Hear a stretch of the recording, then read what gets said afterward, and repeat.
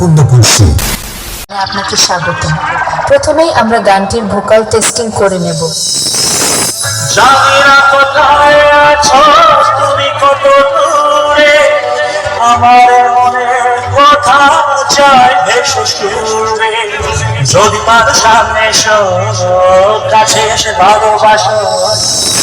চলুন এবার বয় কোয়ালিটি সাউন্ডের সাথে সম্পূর্ণ গানটি উপভোগ করতে থাকুন। আমার